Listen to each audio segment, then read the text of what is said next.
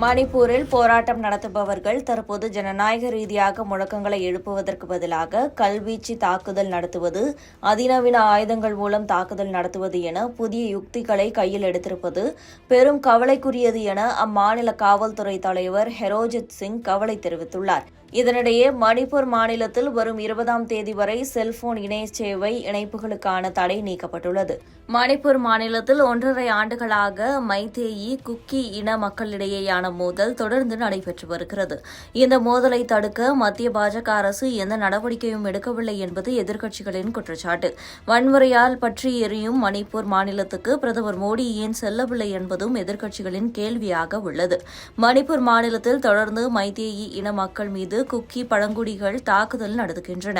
இதுவரை இல்லாத வகையில் ட்ரோன்கள் மூலம் வெடிகுண்டுகள் வீசி தாக்குதல் நடத்தப்படுகிறது. ராக்கெட் லாஞ்சர்களை பயன்படுத்தி ராக்கெட்டுகளை வீசி குக்கி பழங்குடிகள் தாக்குதல் நடத்துகின்றன.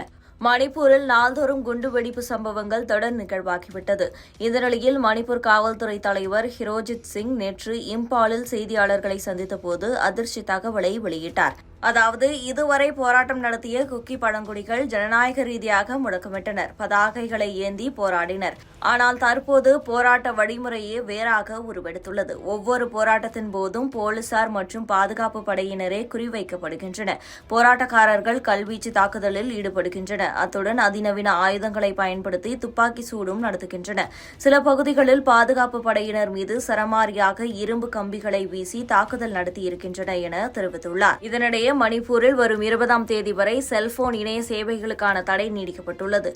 மாநிலத்தில் பல பகுதிகளில் ஊரடங்கு உத்தரவும் அமல்படுத்தப்பட்டு வருகிறது. மேலும் டெல்லி, மேகாலயாவின் ஷில்லாங் உள்ளிட்ட பல பகுதிகளில் மைதேயி மக்கள் தங்களுக்கு பாதுகாப்பு கோரி போராட்டங்களை முன்னெடுத்துள்ளனர். குக்கி பழங்குடிகளோ தங்களுக்கு தனி நிர்வாக அமைப்பு கோரி இத்தகைய தாக்குதல்களை நடத்துகின்றனர்.